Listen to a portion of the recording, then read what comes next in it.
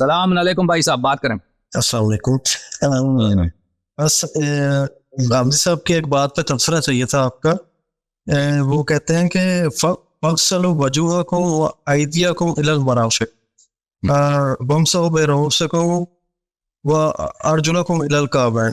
تو جہاں پہ دھونے کا ذکر ہے وہاں پہ تذکرہ ہے کہ یہاں تک دھو، مطلب ایدیکم کا ذکر ہے فَاغْسِلُوا کے ساتھ إِلَى الْمَرَافِقِ، مطلب کونی تک دھو.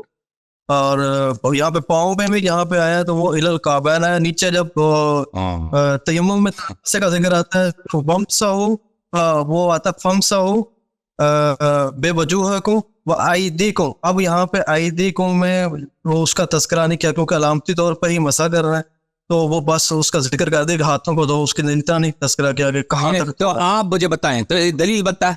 یہ کوئی دلیل بنتا ہے؟ یہ کوئی دلیل ہے؟ آپ کوئی عقل مند آدمی، کوئی عقل مند آدمی یہ اس کو دلیل مانتا ہے کہ اللہ تعالیٰ یہ کوئی ضروری ہے بھائی کوئی پاکستان میں، ہندوستان میں، عربی زبان میں، اردو زبان میں، کہ آپ اگر آپ یہ نہیں کہہ سکتے کہ یہاں تک مسح کرو، یہاں تک مسح کرو، یہ کوئی غلط ہے زبان میں؟ اگر یہ خطا ہے تو مانتے ہیں بھائی، یہ کوئی نہیں کہہ سکتا نا.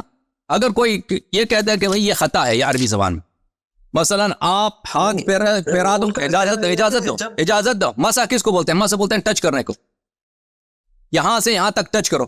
یہ کوئی خطا ہے کہ یہاں پہ غسل نہیں ہو سکتا، بھلے یہاں پہ مسح نہیں ہو سکتا، یہ اس لیے کہ یہاں تک حد مقرر کی تو حتماً یہاں پہ منظور غسل ہوگا، منظور غسل ہوگا. یہ کوئی ضروری نہیں ہے بھائی، کوئی ضروری نہیں ہے. اگر حد معین کی ہے مغسول کے لیے، حد معین کی ہے ممسوح کے لیے بھی، ممسوح کے لیے یہ ٹھیک ہے نا، اس میں کوئی اس میں یہ کوئی اس میں حرج نہیں. دوبارہ ایدی کو ہاتھوں کا ذکر آیا ہے تو اس کا میں ذکر وہاں پہ ارجل کا ذکر نہیں، وہاں پہ ارجل کا ذکر ہی نہیں، پیروں پہ کی نہیں جاتی. پیروں اگر وہاں پیر آ گئے تو ایدی کو عید کا ذکر آیا، ہاتھوں کا ذکر آیا، لیکن پھر ہاتھوں میں ہاتھوں کا نہیں سے کون تک ہے. جب اس وہ وجہ یہ ہے، اس کی وجہ یہ ہے کہ سب باتیں قرآن مجید میں نہیں آتی، کچھ باتیں سنت میں آ جاتی ہیں. دیکھیں وَامْسَحُوا بِرُءُوسِكُمْ وَأَرْجُلَكُمْ وَامْسَحُوا بِرُءُوسِكُمْ وَأَيْدِيكُمْ مِنْهُ، کہ مسح کرو چہرے کے کچھ حصے کو باتبعیض کے لیے اور ہاتھ کے کچھ حصے کو.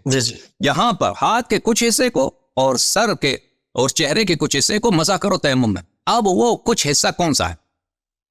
پورا ہاتھ جو ہے وہ کہتے ہیں یہاں بھی ہاتھ ہے، غمیز تو یہ کہتا ہے کہ پورا یہ ہاتھ، ٹھیک ہے نا. یہ معین نہیں کیا کہ وہ کچھ حصہ کہاں ہے، یہ پورا حصہ ہے، یہ حصہ ہے، اب پیچھے والا حصہ کون سا ہے، وہ کونی سا ہے، وہ تم وہ نہیں کیا، وہ سنت سے پتہ چلے گا. لیکن اس کا مطلب یہ نہیں ہے کہ اگر ایک جگہ پر ممسوح کے لیے، ایک جگہ مغسول کے لیے حد معین کیا ہے اور تو جہاں بھی حد معین نہیں کیا ہو تو حتماً وہ اس کی کیا ہے، وہ حتماً وہ غسل کے لیے. تو یہ طرح سے عوام فریبی ہے، عوام بیچاروں کو بیوقوف بنانے والی بات ہے. بھئی ایک جگہ پہ مجمل کہا ہے، ایک جگہ پہ حد تعین کیا ہے، لیکن اس کا مطلب یہ نہیں ہے نہ عربی زبان میں خطا ہے، نہ اردو زبان میں خطا ہے، نہ پاکستان میں خطا ہے، نہ ہندوستان نہ امریکہ میں خطا ہے کہ آپ کسی شخص سے کہہ دیں کہ اس مقدار کو ٹچ کرو، یہاں سے یہاں تک ٹچ کرو. یہ کوئی غلط نہیں ہے. اگر غلط ہوتا تو ہم کہتے ہیں یہ باطل ہے. اللہ کیوں نہیں کہہ سکتا کہ یہاں سے یہاں تک دھو لو، یہاں سے یہاں تک مسح کرو؟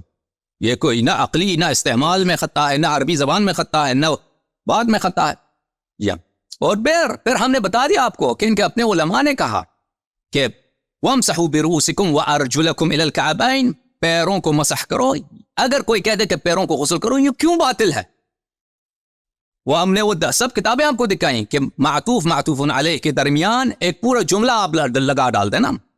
کہ میں نے مثال دی آپ کو، مثالیں بہت سارے آپ کی دی کہ مثلا کہا کہ سالن اور روٹی کو کھا لو اور بریانی اور دہی کو نہ کھاؤ، اور آپ مقصود یہ لے لیں کہ دہی کو کھانا ہے.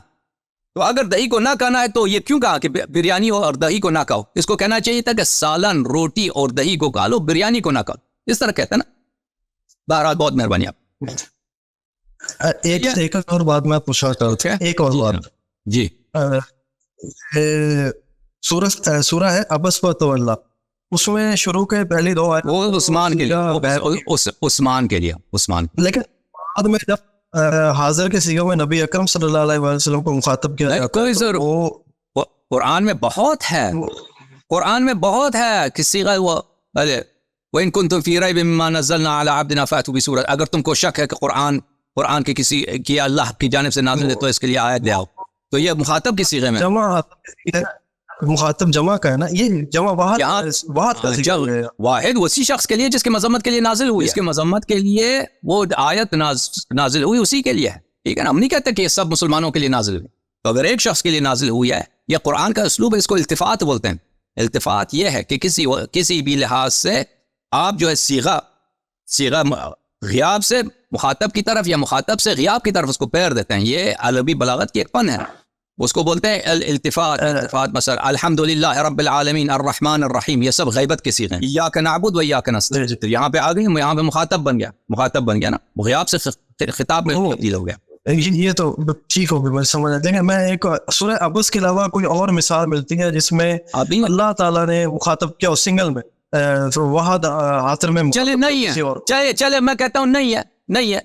اس سے لازم نہیں آتا کہ رسول اللہ صلی اللہ علیہ وسلم اتنے بد اخلاق ہوں، جس کے متعلق اللہ نے فرمایا وَإِنَّكَ لَعَلَىٰ خُلُقٍ عَظِيمٍ، آپ کا اخلاق نہایت عظیم ہے.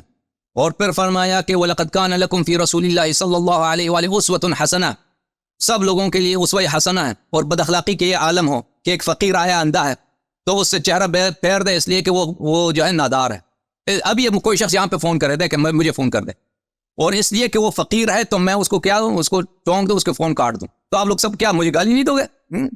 مجھے بتاؤ بھائی، آپ بات بھی نہیں کر رہے ہیں. برا پھر ابھی ایک شخص مجھے فون کرے نا، ایک شخص، دو شخص مجھے فون کریں.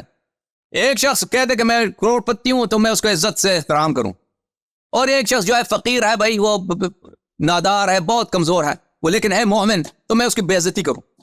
تو آپ سب کیا مجھے میرے چہرے پہ لعنت نہیں کرو گے؟ تو یہ جس کے متعلق اللہ نے فرمایا وَإِنَّكَ لَعَلَىٰ خُلُقٍ عَظِيمٍ، جس کے متعلق اللہ تعالیٰ نے فرمایا کہ بہترین نمونہ ہے. وہ بہترین نمونہ یہ کیسے کر سکتا ہے جو ایک کافر بھی نہیں کرتا؟ یہاں پہ کافر پادری ہوتے ہیں نا چرچوں میں، آپ جائیں، وہ غریب آدمی آ جائے سامنے، فقیر آدمی آ جائے، ان کے ساتھ نہایت اخلاق کے ساتھ پیش آتے ہیں. اس طرح نہیں کہ فقیر آدمی جائے اس کو لفٹ نہ دیں، فقیر بھی آیا ہے، وہ کروڑ پتی بھی آیا ہے، احترام ادب سے پیش آتے ہیں.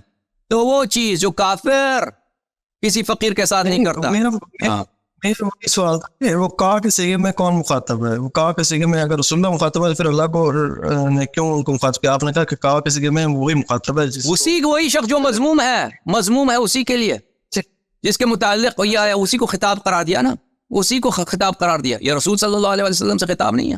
وہی شخص جو بدبخت جس نے بے ادبی کی تھی اس مسلم سے، عبداللہ ابن مکتوم سے، اسی کے لیے ہے.